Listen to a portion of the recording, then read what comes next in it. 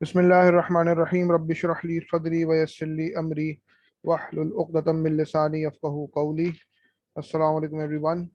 P1 binomial expansion का जो handout है तो हम स्टार्ट कर रहे हैं। हैंडआउट मैंने आप लोगों को सेंड कर दिया है। ठीक है भाई, कॉन्सेप्ट हमारे डिस्कस हो चुके हैं इस टॉपिक के। अब पास पेपर की मैक्सिमम प्रैक्टिस है। सबसे पहले क्वेश्चन नंबर 1।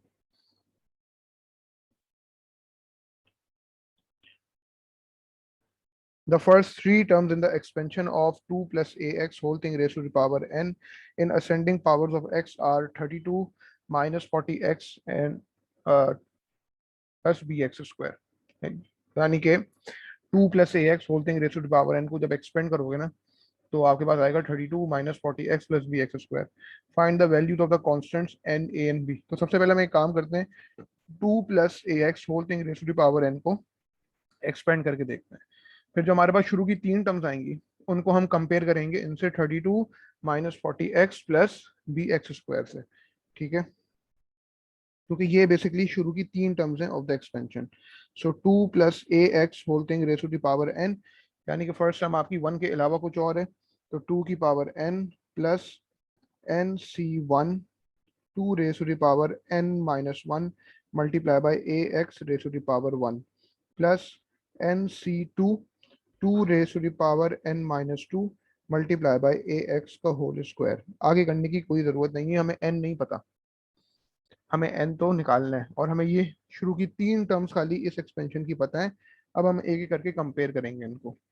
ठीक है, तो सबसे पहले तो आपको दिख रहा है कि first term of the expansion in terms of n क्या है, 2 raise to the power n, और first term of the expansion actually है क्या, 32। तो पता चला हमने इन कांस्टेंट टर्म को कंपेयर कर दिया, हमने शुरू की टर्म को कंपेयर कर दिया, तो 2 की power n is equal to 32। तो इंडाइसिस के लॉ के हिसाब से आप 32 को क्या लिख सकते हो, 2 की पावर 5। और इंडाइसिस के लॉ के हिसाब से since the basis are equal to each other so the powers will be equated to each other, since the bases are same and the terms are being equated, so the powers are equal to each other। ठीक है ना भाई, तो therefore N is equal to 5।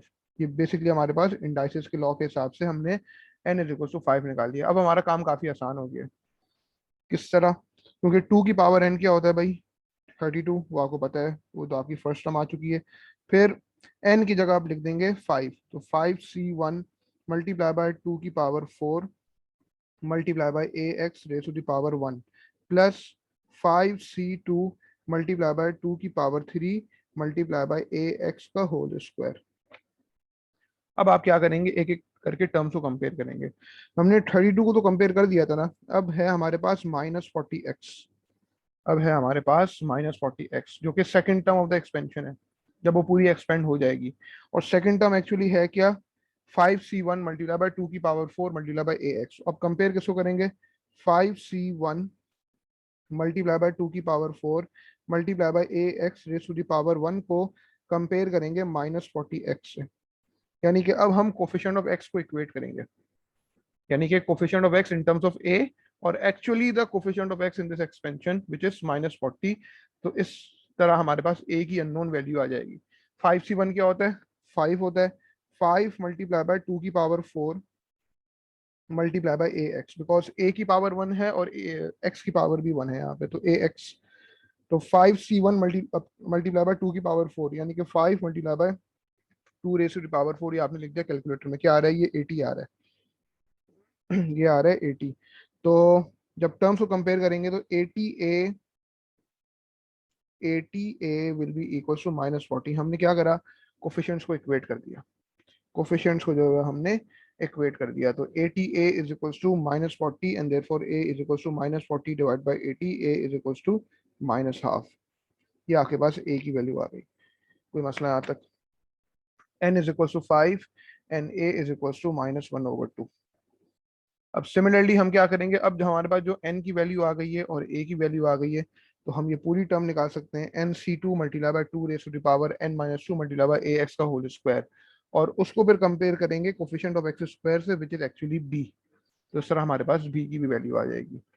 ठीक है, तो third term of this expansion actually in terms of a हमारे पास क्या आ रही है, n की वैल्यू जो है हमने उसमें रख दी थी, n is equal to 5।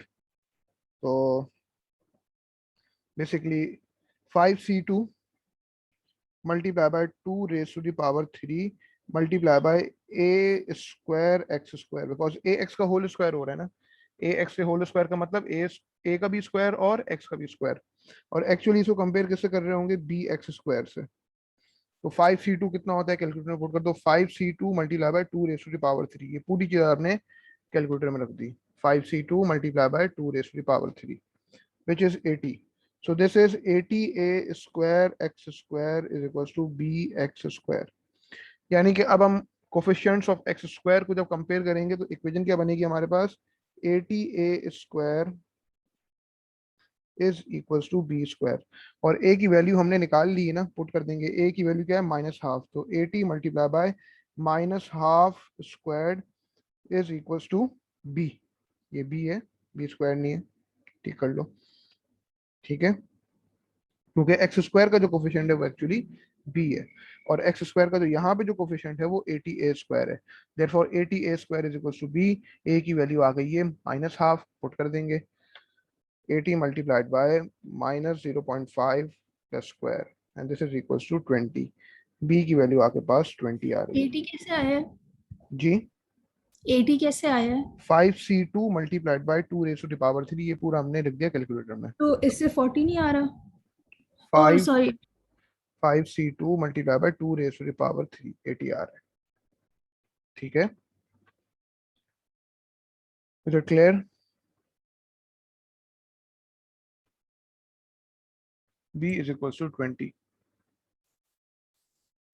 Riemann आपको क्लियर हो रहा है? जी सर। आगे बढ़ूं? सबने कॉपी कर लिया?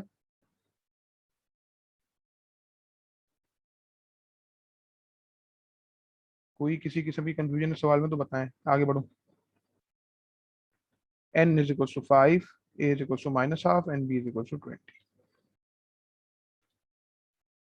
ठीक है। कुछ पूछे तो पूछ सकते हैं। क्वेश्चन नंबर 1 के बाद हमारे पास जो है वो क्वेश्चन नंबर 2 है। क्वेश्चन नंबर 2 का कह रहा है भाई find the coefficient of x square. ठीक है, find the coefficient of x square in the expansion of x plus 2 over x whole thing raise to the power 6। तो एक्सपेंशन क्या है हमारे पास, x plus 2 over x whole thing raise to the power 6। हमें क्या करना है, coefficient of x square निकालना है। हमें पता है कि पहली टर्म जो है वो 1 नहीं है, तो हमारे पास स्पेसिफिक टर्म निकालने का फॉर्मूला क्या है, term r plus 1 is equals to NCR a raise to the power n minus r multiply by b raise to the power r। हमें n पता है, हमें r नहीं पता। तो TR plus 1 is equals to 6CR x raise to the power 6 minus r and 2 over x whole thing raise to the power r। हमें किस चीज से कर्ज है, हमें x की power something which is in terms of r, हमें उस चीज से कर्ज है। और हम किस चीज में इंटरेस्टेड हैं, कोफिशिएंट ऑफ एक्स स्क्वायर निकालने में। तो आप 6CR को भूल जाओ, यहाँ पे तो x इन्वॉल्व नहीं है। इस 2 की पावर r को भूल जाओ, इसमें भी x इन्वॉल्व नहीं है। x कहाँ कहाँ इन्वॉल्व है, x न्यूमरेटर में इन्वॉल्व है, यानी कि x raise to the power 6 minus r, और डिनोमिनेटर में जो इन्वॉल्व है वो x raise to the power r है। इंडाइसिस के लॉ के हिसाब से अगर हम इसको सिंप्लीफाई कर दें, इंडाइसिस के लॉ के हिसाब से सिंप्लीफाई कर दें, तो x की power 6 minus r which will be actually x raise to the power 6 minus 2r। और हम किस चीज में इंटरेस्टेड हैं, we need to find the coefficient of x square. तो कंपेयर कर देंगे एक्स स्क्वायर से। तो एक्चुअली इक्वेशन क्या बनी, 6 minus 2r will be equated to 2। ठीक है, तो 6 minus 2r is equal to 2।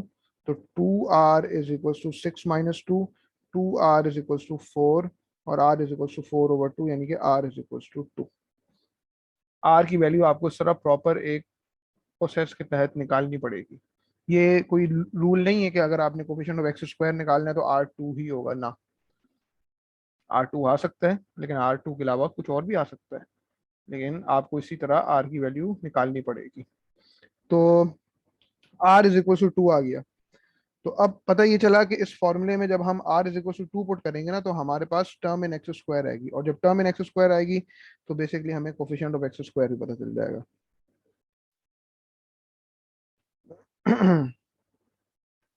ठीक है, तो हम क्या करेंगे, t2+1 जो कि third term of the expansion होगी एक्चुअली। ये मतलब हमें नहीं बताना यहाँ पे कि आपके पास थर्ड टर्म एक्चुअली है क्या, मतलब थर्ड टर्म नहीं पूछी गई है, लेकिन हमें इतना जरूर पता है कि कोफिशिएंट ऑफ एक्स स्क्वायर वाली जो टर्म निकलेगी वो थर्ड टर्म ही होगी। ठीक है, तो t2+1 is equal to 6c2 multiply by X raise to the power 6 - 2 यानी कि x की पावर 4 मल्टीप्लाई बाय 2/x का होल स्क्वायर। तो 6c2 क्या होता है पहले ये लिख लो, 6c2 is actually 15, so 15x raised to the power 4 multiply bye 2 का स्क्वायर क्या होता है 4। अच्छा, अब यहाँ पे ना मल्टीप्लाई के लिए आप क्या कर सकते हो, छोटा सा डॉट बना सकते हो, ठीक है, ताकि वो मल्टीप्लीकेशन और x की साइन में आप कंफ्यूज ना हो जाओ, तो छोटा सा डॉट भी बनाया जा सकता है। 2 की पावर 2 क्या होता है भाई 4 होता है, एंड डिवाइडेड बाय x का स्क्वायर। तो आपको दिख रहा है कि ये x की टर्म जब सिंप्लीफाई होगी, x की पावर 4/x² क्या होता है, एक्स स्क्वायर ही होता है, और 15 मल्टीप्लाई बाय 4 क्या होता है 60। So this is 60 x raise to the power 4/x², therefore 60x²। Therefore हम एक स्टेटमेंट लिख देंगे, the coefficient of x² is 60। ये एक स्टेटमेंट लिख दो, the coefficient of x² is 60। Is this clear? यहाँ तक कोई मसला तो बताइए। वर्किंग कॉपी कर ली सबने? होमवर्क जो मैंने पिछली क्लास में दिया था वो भी डिस्कस कर लेंगे बाद में, लेकिन पहले हमने हैंड आउट स्टार्ट कर दिया। आगे बढ़ूं बेटा? बताइए सब, यस या नो में, एनी कंफ्यूजन्स?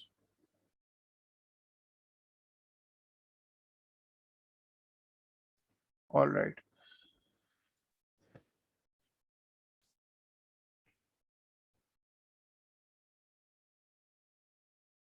उसके बाद हमारे पास क्वेश्चन नंबर 3 है।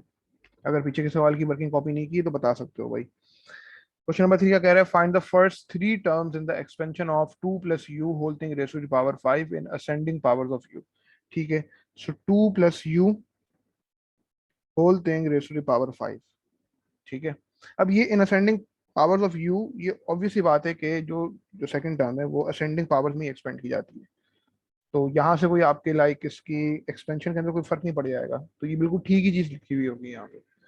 तो 2 + u whole thing raise to the power 5 को पहले एक्सपेंड करना है और फर्स्ट थ्री टर्म्स निकालनी है। उसूलन तो यहाँ पे टोटल 6 टर्म्स आएंगी, बिकॉज 5 + 1 टर्म्स, 6 टर्म्स आएंगी, लेकिन हमें सिर्फ शुरू की 3 टर्म्स निकालनी है। तो 2 की power 5 plus 5c1 multiply bye 2 की पावर 4 मल्टीप्लाई बाय u की पावर 1 प्लस 5c2 2 की power 3 multiply bye you square. आगे निकालने की जरूरत नहीं है, सिर्फ शुरू की 3 टर्म्स निकालनी थी।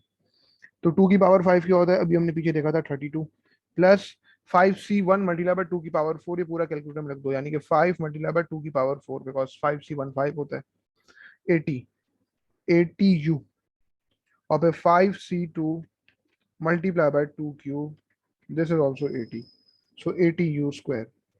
3 मार्क्स आपको स्ट्रेट अवे इस वर्किंग में मिल गए। फिर उसके बाद कह रहा है कि use the substitution u is equals to x plus x square in your answer to part 1 to find the coefficient of x square in the expansion of 2 + x square whole thing raise to the power 5। अब जरा गौर से सुनना और देखना कि होता क्या है।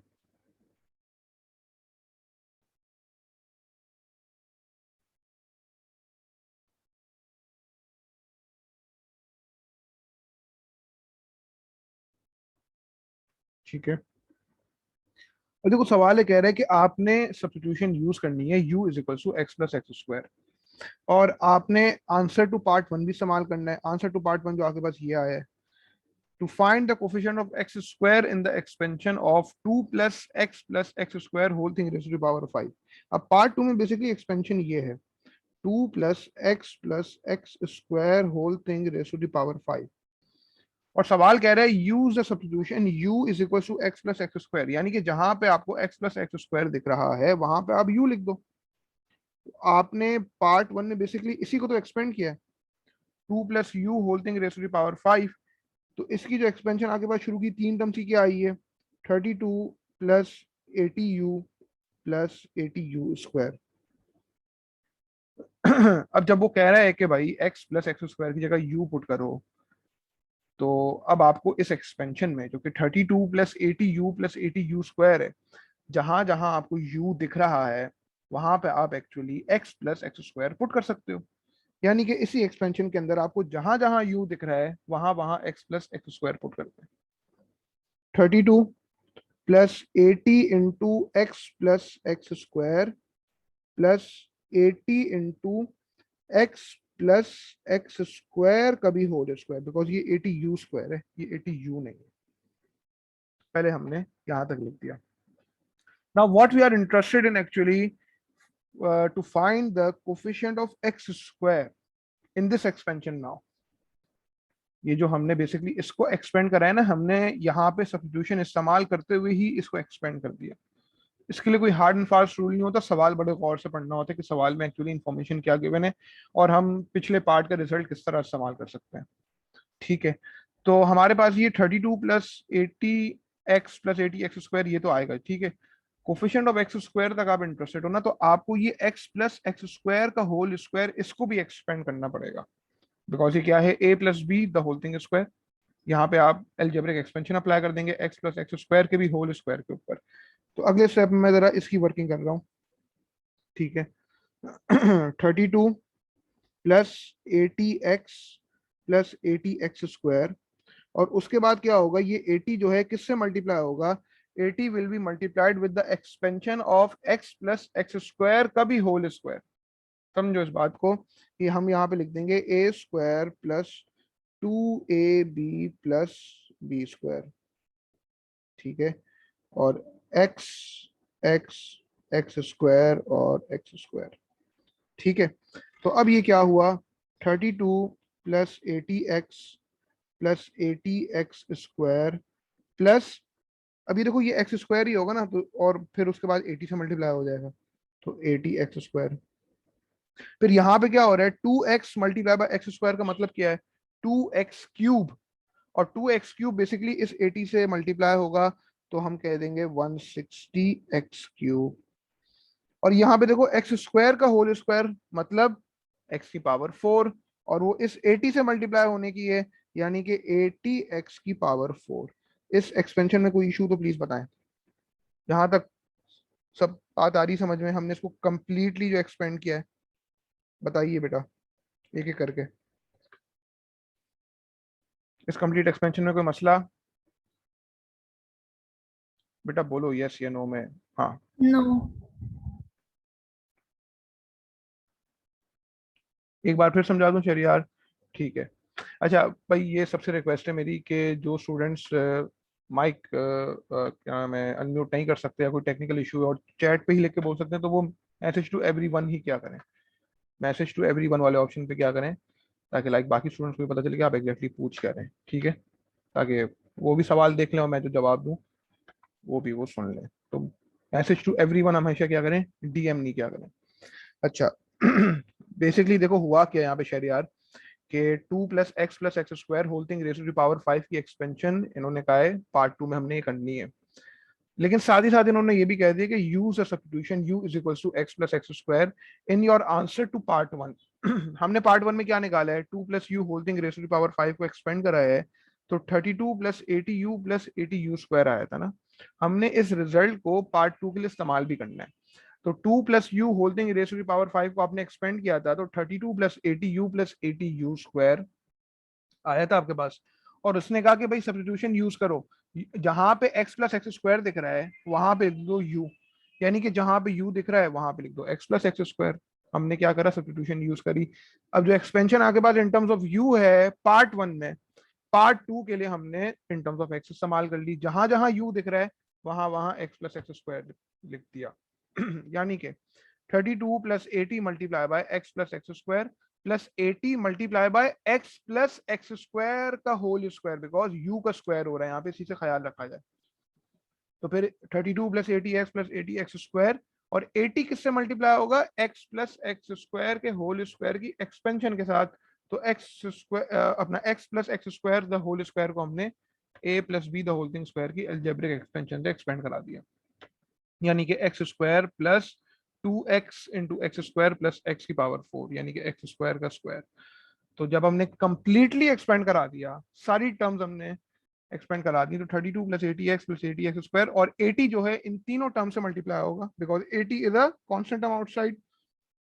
तो 80x square plus 80 into 2 into x into x square, यानी कि 160x क्यूब, और 80 मल्टीप्लाई बाय एक्स स्क्वायर का भी स्क्वायर, यानी कि 80x की पावर 4। ये आपकी कंप्लीट एक्सपेंशन आ गई। अब देखो सवाल पे गौर करो, क्या कह रहा है, कोफिशिएंट ऑफ एक्स स्क्वायर। आपको इस कंप्लीट एक्सपेंशन में कोफिशिएंट ऑफ एक्स स्क्वायर क्या दिख रहे हैं, 80x square plus 80x square, यानी कि 160x square. Therefore, the coefficient, you will make a statement like this: the coefficient of x square is 160. Is this clear? कोई मसला यहाँ तक? हम सिर्फ इंटरेस्टेड किस चीज में है, एक्स स्क्वायर के कोफिशिएंट, वो हमारे पास आ गया। अब क्लियर हो रहा है शहरियार? ऑल राइट, आगे बढ़ूं बेटा? ईमान, आहिमा, समझ आ रहा है?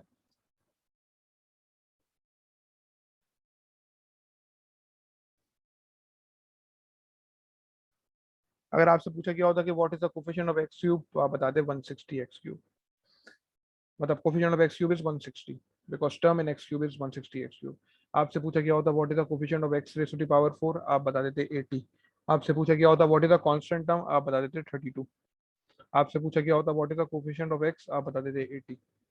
ठीक है भाई, आगे बढ़ रहा हूं मैं। Then we have question number 4। Question number 4 कह रहा है find the first three terms in the expansion in ascending powers of x of 2 plus x square whole thing raise to the power 5। बड़ी सिंपल सी चीज है, 2 plus x square whole thing raise to the power 5 को expand कराना है, यानी कि 2 की power 5 plus 5c1 multiply bye 2 की पावर 4। बिकॉज फर्स्ट टर्म जो है वो डिसेंडिंग पावर्स में एक्सपेंड होती है, तो 2 की पावर 5 फिर 2 की पावर 4 फिर 2 की पावर 3 फिर 2 की पावर 2 फिर 2 की पावर 1 फिर 2 की पावर 0। तो 6 टर्म्स तो आएंगी इस एक्सपेंशन की, लेकिन वहां तक चाहिए नहीं, सिर्फ शुरू की 3 टर्म्स चाहिए। तो 2 की power 5 plus 5c1 multiply bye 2 की power 4 multiply by x square की power 1 plus 5c2 multiply by 2 की power 3 multiply by x square का स्क्वायर। ये शुरू की 3 टर्म्स है। ठीक है, सिंप्लीफाई कर दें, 2 की पावर 5 अभी पीछे देख के आ रहे हैं 32 होता है। और फिर 5c1 यानी कि 5 मल्टीप्लाई बाय 2 की पावर 4 क्या आ रहा है भाई, 80x स्क्वायर, और 5c2 मल्टीप्लाई बाय 2 की पावर 3 ये क्या आ रहा है, 80x की पावर 4। ओके, एक्स स्क्वायर का भी square. These are your first three terms in the expansion. Now part 2 is asking, hence find the coefficient of x raised to the power 4. Hence find the coefficient of x raised to the power 4 in the expansion of 1 plus x square का whole square multiply by 2 plus x square whole thing raised to the power 5। अच्छा, ये याद रखना, जब भी hence लिखा होता है ना, hence का एक बाय डिफॉल्ट एक मीनिंग है, वो क्या, कि पहले पार्ट का रिजल्ट यूज हो रहा होगा। एक तो बोलेगा भाई hence do this, तो दिस मीन्स दैट के पहले पार्ट का आउटकम यूज होगा। यहाँ पे सवाल बोले हैंस और अदरवाइज, तो हैंस और अदरवाइज का मतलब पहले पार्ट का रिजल्ट या तो पहले पार्ट का जो आया है आंसर उसको यूज करो, या फिर किसी और तरीके से जो आपको समझ आता है उस तरह करके दिखाओ।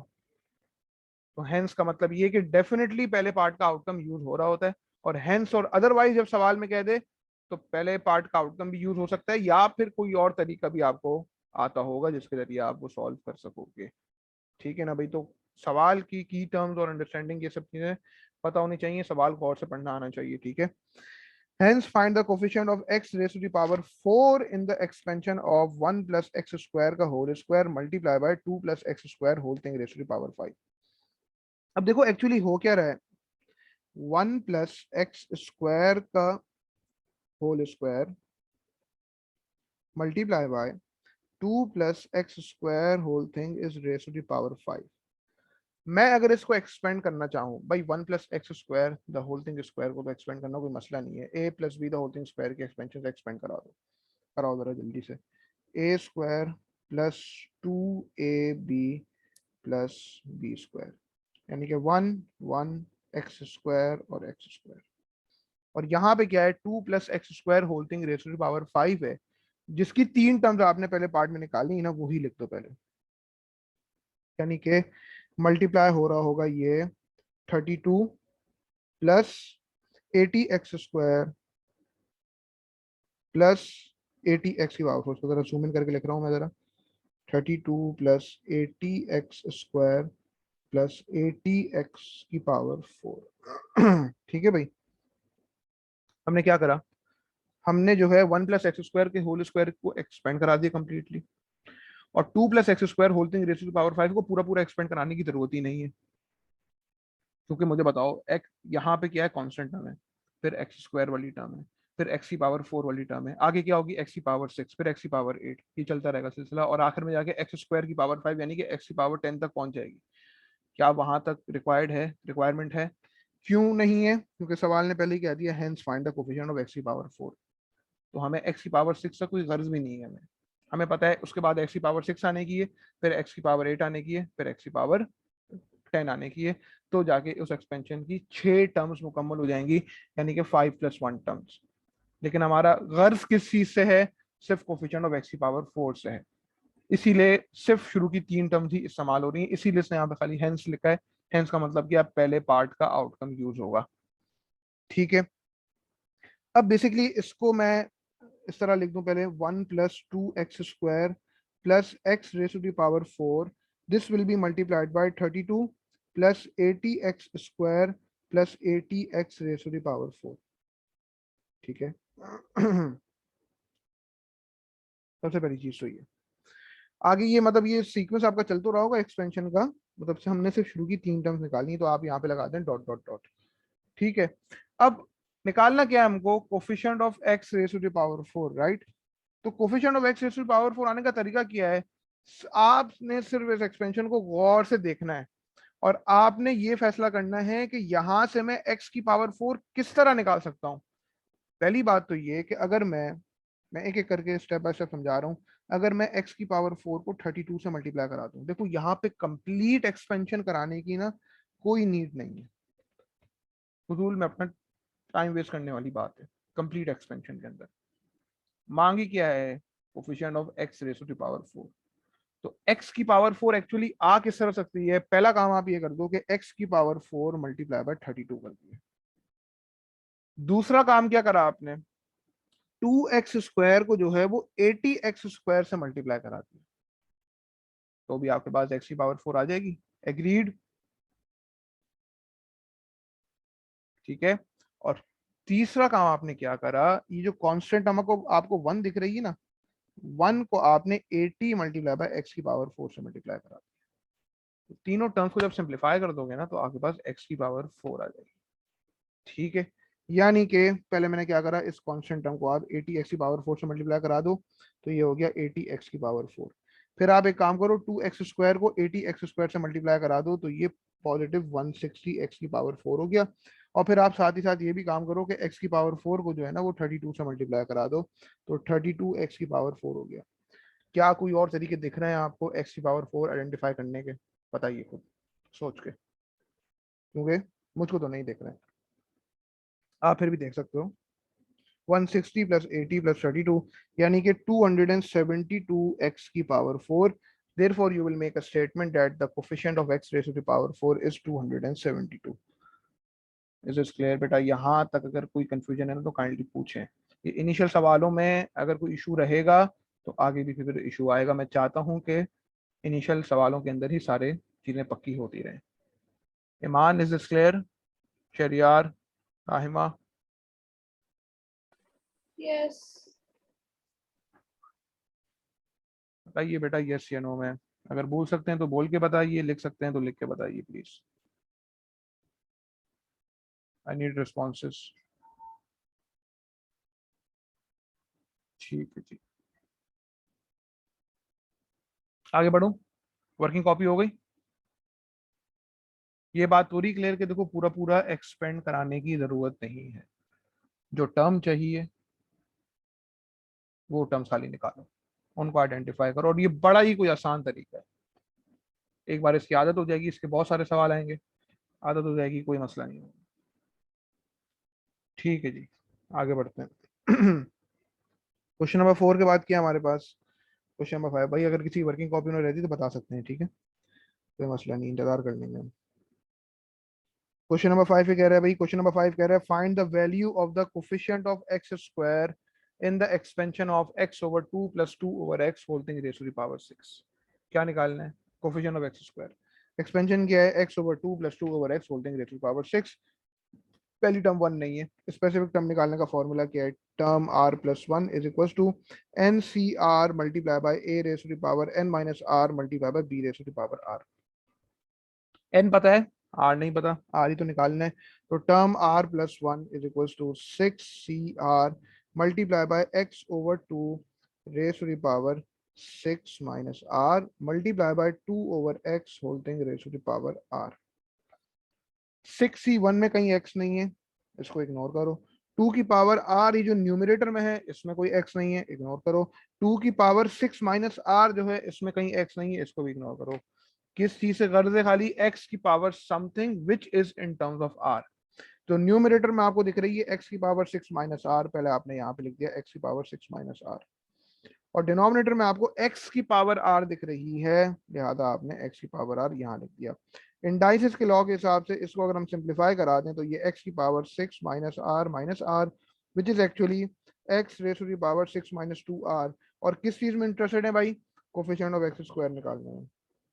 उसूलन 6 minus 2r will be equated to 6 minus 2r will be equated to 2, therefore 2r is equals to 6 minus 2, यानी कि 2r is equals to 4, r is equals to 4 over 2, यानी कि r is equals to 2। r की value 2 आ रही है तो formula में पुट कर दें, तो term 2 plus 1 is equals to 6, ये 6 ही r था, ठीक है। ये इधर आप r मैंने बोला r था, लिखा नहीं है स्क्रीन की वजह से, ये r था, इसको जरा सही कर लो। 6r तो t2 plus 1 is equals to r क्या पुट करना है आपने? 2, यानी कि 6c2 मल्टीप्लाई बाय, इसको जरा जूम इन करके लिख रहा हूँ, x ओवर 2 की पावर 6 माइनस 2 यानी कि x ओवर 2 की power 4 multiply bye 2 over x की पावर 2। ठीक है, तो 6c2 क्या होता है भाई? 6c2 इज एक्चुअली 15, यानी कि 15 मल्टीप्लाई बाय x की पावर 4 अपॉन 2 की power 4, because x over 2 whole thing is raise to the power 4।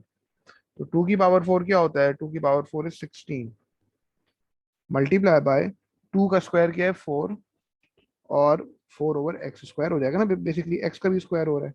तो पता चला इन सब टर्म्स को सिंप्लीफाई करोगे तो x की पावर 4 अपॉन एक्स स्क्वायर क्या होता है? एक्स स्क्वायर ही तो होता है।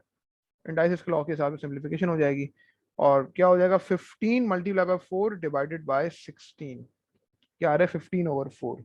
So 15 over 4 into x square. Therefore, you can say that the coefficient of x square is 15 over 4. यहाँ तक क्लियर है? बताइए please. 3 marks for this working. Shariyar, Iman, ताइमा।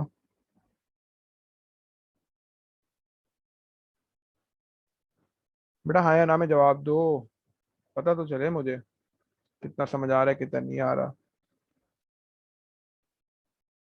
चाहो तो लिख के भी बता सकते हो, कोई इशू नहीं। शरियार कॉपी कर लो वर्किंग।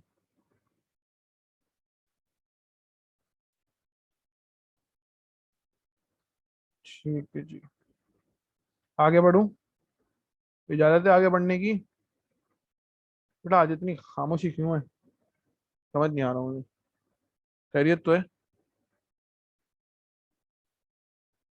ठीक है जी, आगे बढ़ते हैं।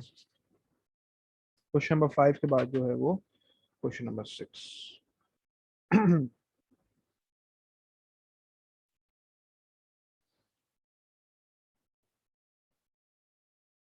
क्वेश्चन नंबर 5 के बाद आपके पास क्वेश्चन नंबर 6 है। इसका जरा पार्ट 1 मुझे जरा जल्दी से निकाल के दिखाओ, शाबाश। Find the first three terms in the expansion of 2 plus 3x whole thing raised to the power 5 in ascending powers of x। ठीक है, फिर मैं आपको पार्ट 2 कराता हूँ। शाबाश, जल्दी से पार्ट 1 करके दिखाएं, रिकॉर्डिंग पॉज कर रहा हूँ, 2-3 मिनट में पूछता हूँ। Alright, so question number 6, part 1 answer is 32 plus 240x plus 720x square। तो जो स्टूडेंट्स रिकॉर्डिंग देख रहे हैं पार्ट 1 अटेम्प्ट करेंगे और ये आंसर आना चाहिए। ठीक है, अब हम पार्ट 2 देखते हैं। पार्ट 2 में क्या कह रहा है? Hence find the value of the constant a for which there is no term in x square in the expansion of 1 plus ax multiplied by 2 plus 3x whole thing raised to the power 5. अब देखो no term in x square का मतलब x square की term exist नहीं करती, यानी कि x square का कोफिशिएंट जो है वो जीरो के इक्वल हो जाएगा ना, ऑब्वियसली एक्स स्क्वायर का कोफिशिएंट जीरो के इक्वल हो जाएगा बिकॉज एक्स स्क्वायर की टर्म एग्जिस्ट ही नहीं करती, देयर इज नो टर्म। अभी देखो 1 प्लस ए एक्स की हैसियत क्या है, ये है बाइनोमियल, ये दो टर्म्स हैं, एक्सपेंशन नहीं है। अगर इसके ऊपर कोई पावर होती तो फिर एक्सपेंशन कहते हैं। इन दो टर्म्स की हैसियत क्या है, बस ये दो टर्म्स हैं जो कि 2 + 3x whole thing raise to the power 5 से मल्टीप्लाई हो रही हैं, यानी कि 2 + 3x whole thing raise to the power 5 की एक्सपेंशन से मल्टीप्लाई हो रही हैं। Hence find the value, hence क्या मतलब, पार्ट 1 का आउटकम यूज होगा, यानी कि मैं इस 1 + ax multiply bye 2 + 3x whole thing raise to the power 5 की जगह एग्जैक्टली क्या चीज लिख सकता हूँ, 1 +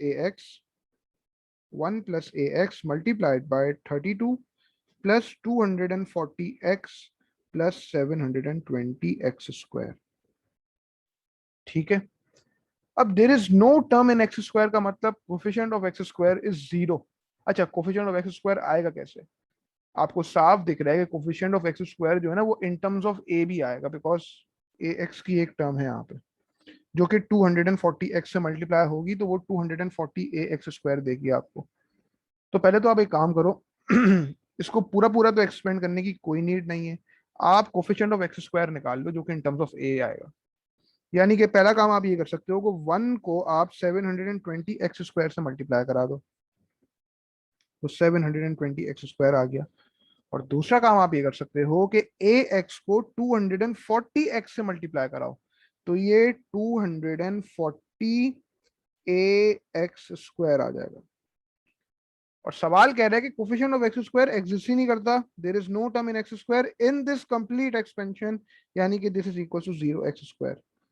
now we equate the coefficient, so equation क्या बन जाएगी, 720 720 plus 240a is equals to 0। Agreed, यानी कि 240a is equals to minus 720, यानी कि a को सब्जेक्ट बनाया, a is equals to minus 720 divided by 240, therefore a is equals to a is equals to -3। This is supposed to be your final answer. Any issues? Is it clear, everyone?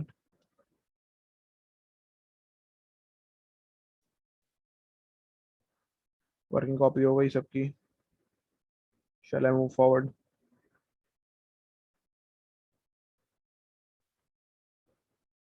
बेटा किसी किस्म की confusion हो ना, आप लोगों ने घबराना बिल्कुल नहीं है, पहली बात तो ये आप लोगों ने पूछ लेना है, ठीक है, दिल में कोई बात रखनी नहीं है, ओपनली आपने क्वेश्चन करना है मुझसे, ठीक है भाई। बढ़ते हैं अगले सवाल की तरफ, वर्किंग कॉपी करने का एक मिनट और दे रहा हूँ बस, कर लो फिर आगे बढ़े।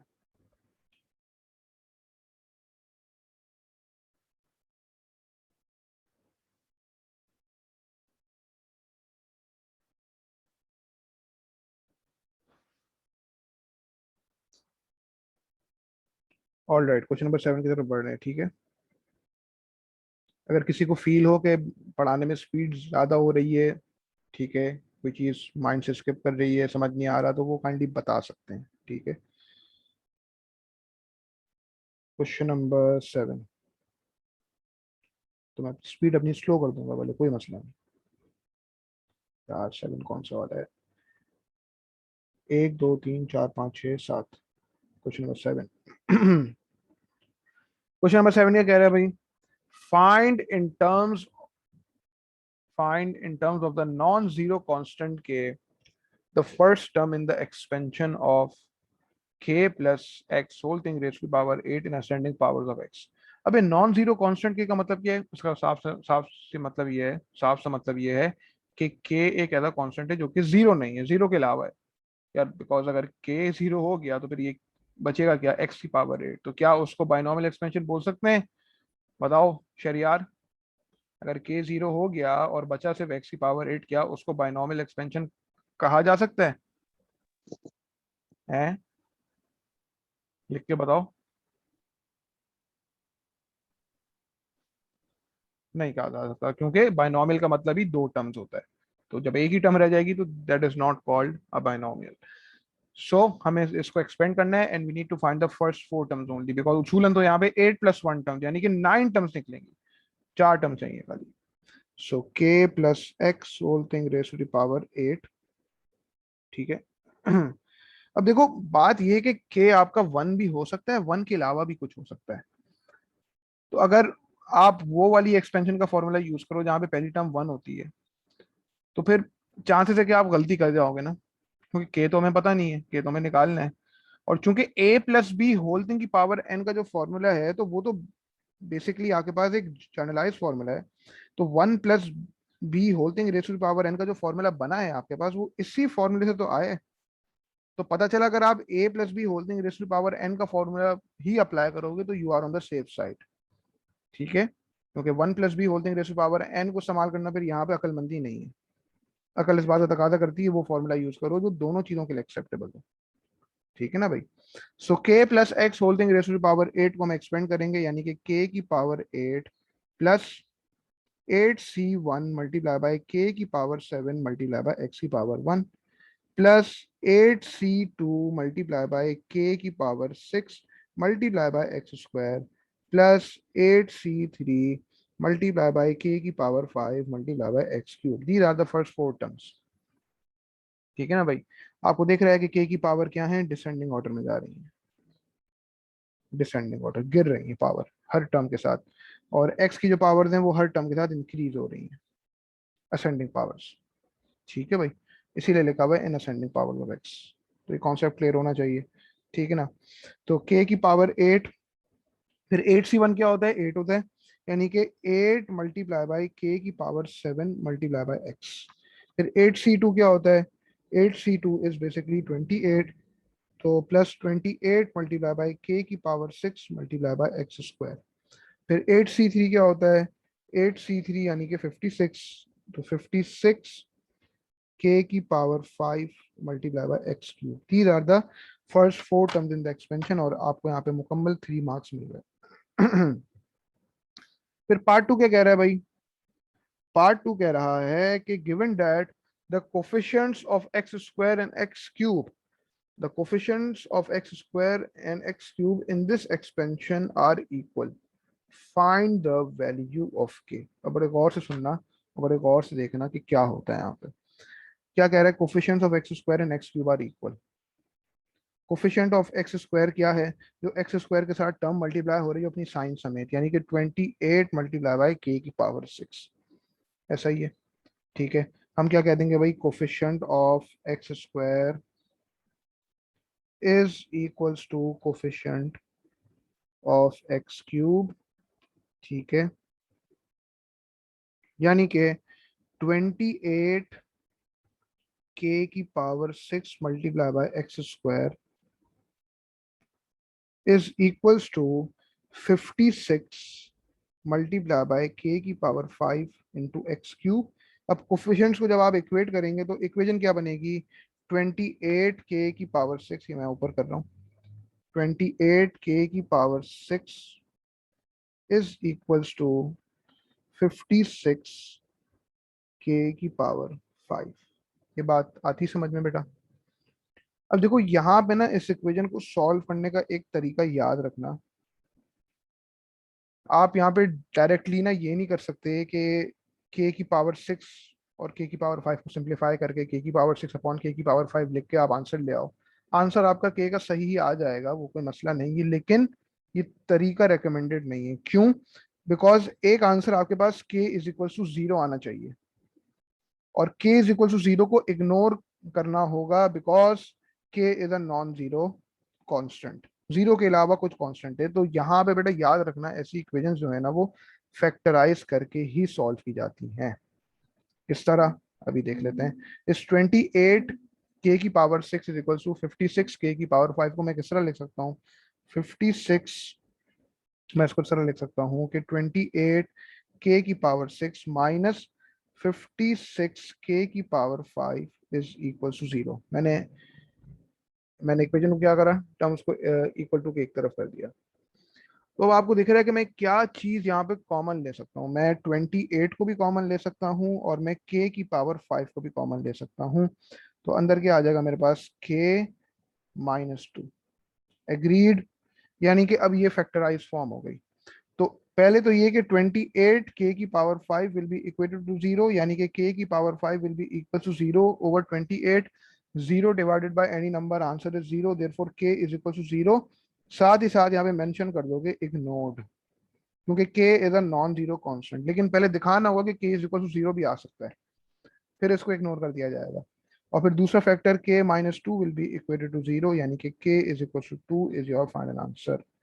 Is this clear? k is equal to 0 will be ignored and k is equal to 2 is your only acceptable answer. समझ आ रहा है सबको? बताओ। ईमान, क्लियर है? Yes sir. आपको क्लियर है? राहिमा, बता दीजिए प्लीज। यस। ठीक है। आगे बढ़े। वर्किंग कॉपी हो गई जी। शरियार आपको रिकनेक्ट हो गया, देख लिया मैंने।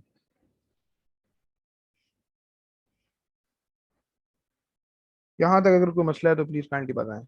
शरियार, सब कर लिया कॉपी बेटा? आगे बढ़ूं?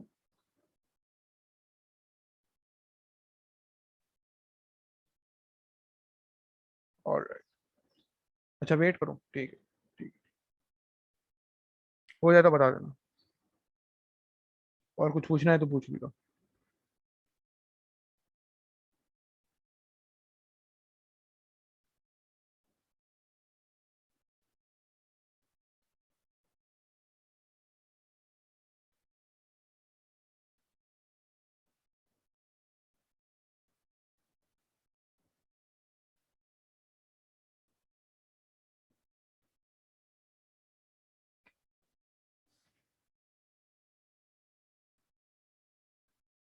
Done,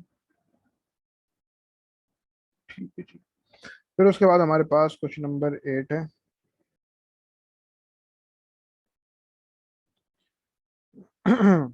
Find the first three terms in the expansion of 1 plus ax whole thing raised to power 5 in ascending powers of x. शाबाश, शुरू हो जाओ। 1 plus ax whole thing raised to power 5, यानी कि पहली टर्म 1 है, तो 1 की पावर 5 यानी कि 1 plus 5c1 multiply bye ax raised to power 1 plus 5c2 multiply by ax का होल स्क्वायर। ठीक है जी, सिर्फ शुरू की 3 टर्म्स निकालनी है। तो 1 प्लस 5ax प्लस 5c2 क्या होता है भाई? 5c2 is 10। तो देखो a का भी स्क्वायर हो रहा है और x का भी स्क्वायर हो रहा है, यानी कि 10a square multiply by x square. these are the first three terms। Part 1 हो गया। पार्ट 2 में क्या कह रहा है? given that there is no term in x, no term in x in the expansion of 1 minus 2x multiplied by 1 plus ax whole thing raised to the power 5, find the value of the constant a। बड़ी simple सी बात। No term in x का मतलब कि x का जो coefficient है वो 0 है, एक्स की टर्म एग्जिस्ट ही नहीं करती। तो पहले आप क्या करोगे, इन terms of A coefficient of x निकाल दोगे और आप फिर ए की वैल्यू निकाल सकोगे। ठीक है, ये आपका पार्ट 1 सॉल्व हो गया। पार्ट 2 में क्या है कि no term in x in the expansion of 1 minus 2x। पहले आपने लिख दिया इसको यहाँ पे इस तरह, 1 minus 2x multiply by 1 plus A x whole thing is raised to power 5। और 1 plus A x whole thing raised to power 5 की जगह आप एक्सपेंशन यूज कर सकते हो जो कि आपने पार्ट 1 में निकाली है, 1 plus 5ax plus 10a square X square. अब देखो यहाँ पे सवाल में हैंस लिखा हुआ तो नहीं है, लेकिन अब ऑब्वियस सी बात है कि यार पहले पार्ट का रिजल्ट यूज करना है ना आपने, आपको दिख रहा है। तो अब ये कंपलसरी नहीं कि हैंस वो लिख के भी देगा आपको, ठीक है ना। तो given that there is no term in x, अगर मैं यहाँ पे पहले क्या करूँ, मुझे पता है कि नो टर्म इन एक्स का मतलब क्या है कि coefficient of x is 0, x की टर्म एग्जिस्ट नहीं करती। जब वो एग्जिस्ट नहीं करती तो कोफिशिएंट ऑफ एक्स इज 0। तो मैं पहले क्या करूँ, इन terms of A coefficient of x निकाल लूँ। और वो निकालने का तरीका क्या होगा, पहला काम मैं ये करूं कि यार 1 मल्टीप्लाई बाय 5ax कर दूं, ठीक है। 1 मल्टीप्लाई बाय 5ax लिख दिया पहले यहाँ पे 5ax। और फिर दूसरा काम क्या करूं, -2x को 1 से मल्टीप्लाई करा दूं, सिंपल एज दैट, -2x। और बाकी दो ये तो एक्स स्क्वायर से रिलेटेड है, ठीक है ना जी। तो this is equal to 0 times x because there is no term in x, coefficient of x is 0। तो इक्वेशन क्या बन गई, 5a minus 2 is equal to 0, therefore 5a is equal to 2 and therefore a is equal to 2/5। a की value आपके पास 2/5 आ रही है। आसान है भाई, तो मसला तो नहीं आता। फिर उसके बाद हम क्या करते हैं, पार्ट 3 सॉल्व करते हैं।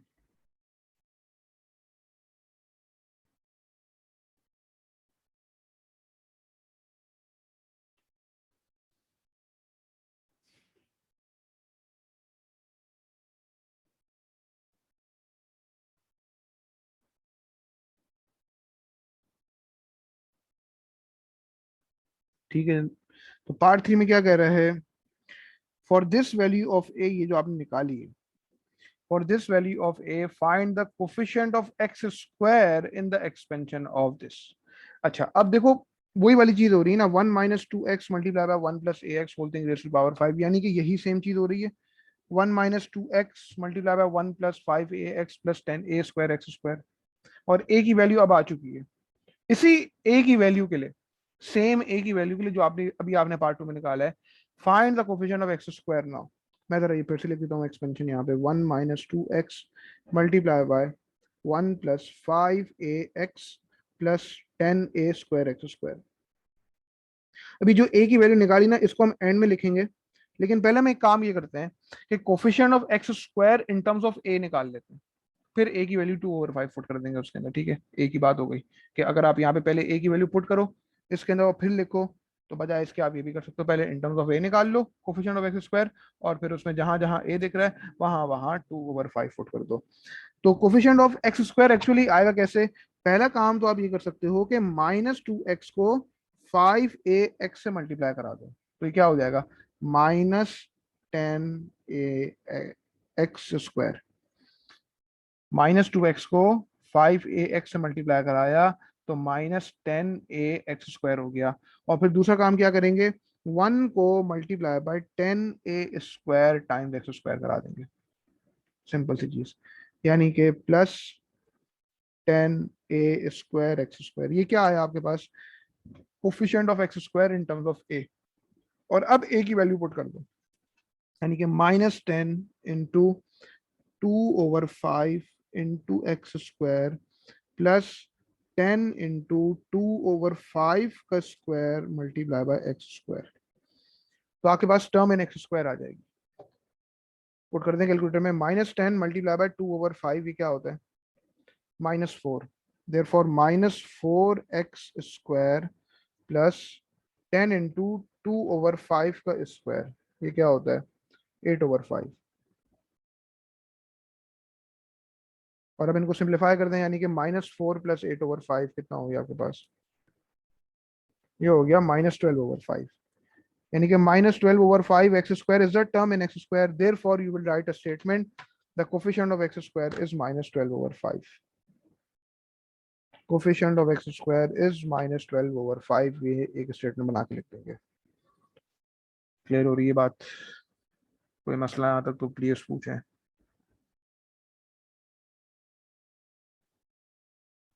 ईमान, इज इट क्लियर? शरियार, राहिमा, बता दें बेटा प्लीज सब। यस। वर्किंग कॉपी हो गई है, आगे बढ़ूं। उसके बाद हमारे पास, अल्लाह आपका भला करे, क्वेश्चन नंबर 9 है, ठीक है। क्वेश्चन नंबर 9 मुझे सब लोग करके दिखाएंगे पूरा, ठीक है। हम इसको डिस्कस करेंगे और उसके बाद क्लास एंड करेंगे। और होमवर्क बेटा काइंडली कर लेना, वो होमवर्क ना सिर्फ ऐसे ही नहीं होता, करने का होता है। होमवर्क जब कर लोगे उसके बाद फिर डिस्कस करेंगे हम वो, ऐसे कोई मतलब नहीं कि मैं होमवर्क भी आपको करा दूंगा पूरा पूरा, करके दिखाएंगे आप। शाबाश, क्वेश्चन नंबर 9 अटेम्प्ट करना स्टार्ट करें। You have 5 to 6 minutes to solve this 4 marks का क्वेश्चन है टोटल, ठीक है। और सॉल्व करने के बाद वर्किंग आप लोगों ने इनबॉक्स में सेंड करनी है। भले से गलती करो, कोई मसला नहीं, हम इसको डिस्कस करेंगे क्वेश्चन को, लेकिन I need you to attempt this whether correct और रॉन्ग। शाबाश, पूछता हूँ मैं थोड़ी देर में। करने के बाद वर्किंग इनबॉक्स में सेंड करनी है। रिकॉर्डिंग पॉज करता हूँ।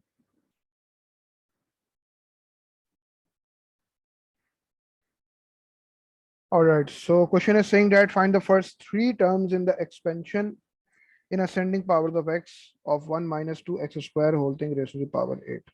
ठीक है, 1 minus 2x square whole thing raised to the power 8.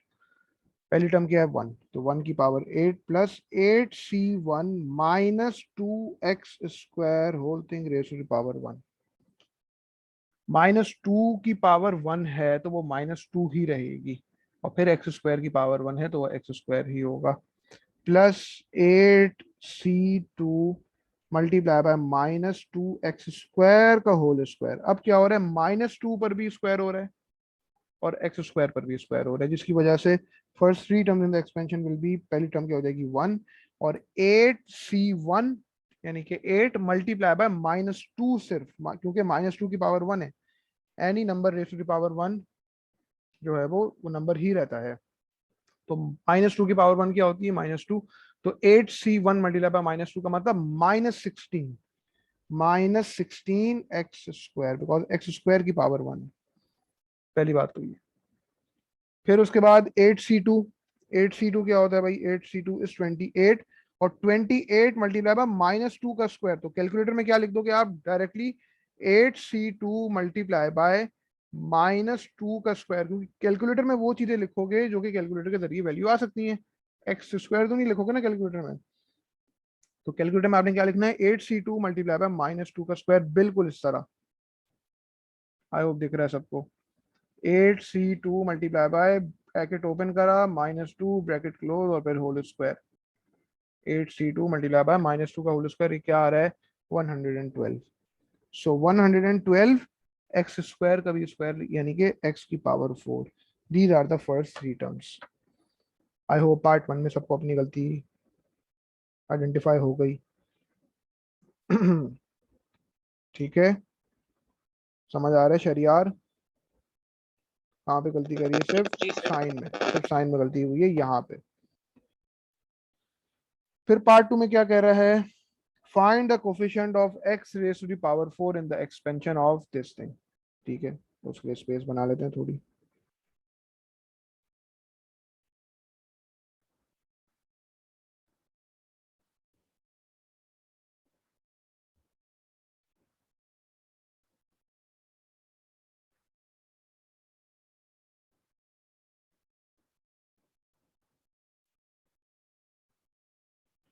Part 2 में कह रहा है भाई, find the coefficient of x की power 4 in the expansion of 2 minus x square multiply by 1 minus 2x square whole thing raise to power 8। अब 1 minus 2x square whole thing raise to power 8 की जगह मैं part 1 के अंदर जो expansion है वो इस्तेमाल कर सकता हूँ, यानी कि 2 minus x square multiply by 1 minus 16x square plus 112 x raise to power 4। क्या निकालना है, कोफिशिएंट ऑफ एक्स की पावर 4, वो किस तरह आ सकता है कि 112 एक्स की पावर 4 को जो है वो 2 से मल्टीप्लाई करा दिया जाए पहले, और फिर माइनस एक्स स्क्वायर को माइनस 16 एक्स स्क्वायर से मल्टीप्लाई करा दिया जाए। तो 112 मल्टीप्लाई बाय 2 करा तो ये 224 एक्स की पावर 4 हो गया, और माइनस एक्स स्क्वायर जो है वो माइनस 16 एक्स स्क्वायर से मल्टीप्लाई होने के बाद पॉजिटिव 16 एक्स की पावर 4 बन जाता है। तो पता चला 224 plus 16 this is equal to 240। Therefore final answer, आपके पास जो x की पावर 4 में टर्म आ रही है वो 240 x की पावर 4 है, और फिर आप लिख देंगे coefficient of x raise to the power 4 is 240। This is suppose to be a final answer. बात समझ आ रही है बेटा सबको, गलतियां आइडेंटिफाई हो रही हैं, कोई इशू? No, sir. सब बता दें प्लीज। जी शरियार बोलें, नो इशू। क्लियर हो रहा है यहाँ तक? क्वेश्चन नंबर 1 से लेकर 9 तक कोई मसला? जी ईमान कुछ कह रही हैं आप? कोई इशू नहीं है। ठीक है जी, ऑल राइट। तो यहाँ पे क्लास एंड करते हैं हम, और पहले का होमवर्क भी बाकी है। आज कोई होमवर्क नहीं दे रहा। होमवर्क ये है कि क्वाड्रेटिक्स के चैप्टर की तैयारी करनी है बेटा बेहतरीन करके। असाइनमेंट होगा ट्यूसडे को इंशाल्लाह, जूम पर असाइनमेंट भी लेंगे, और फिर हम आज भी कंटिन्यू करेंगे इसी की बायनॉमियल एक्सपेंशन के हैंडआउट सॉल्व करेंगे। फिर वो असाइनमेंट इंशाल्लाह चेक करके फिर वो डिस्कस भी करूंगा आप लोगों के साथ। तो क्वाड्रेटिक्स के असाइनमेंट से रिलेटेड अगर कोई सवाल समझ ना आ रहे हो, प्रैक्टिस करने में कोई इशू आ रहा हो, तो ग्रुप पे आप लोग क्वेश्चंस पूछ सकते हैं। तो ग्रुप पे पूछने का फायदा ये होगा कि ग्रुप पे आप वो क्वेश्चन की पिक्चर शेयर करेंगे, पूछेंगे, तो मैं वहीं पे रिप्लाई करूंगा, तो बाकी स्टूडेंट्स की भी हेल्प हो जाएगी उस तरह। ठीक है बेटा, best of luck for your assignment. पता चल जाएगा कि 1 महीने में कितना खोया और कितना पाया। कोई सवाल वगैरह पूछना हो तो बाद में पूछ सकते हो। अल्लाह हाफिज।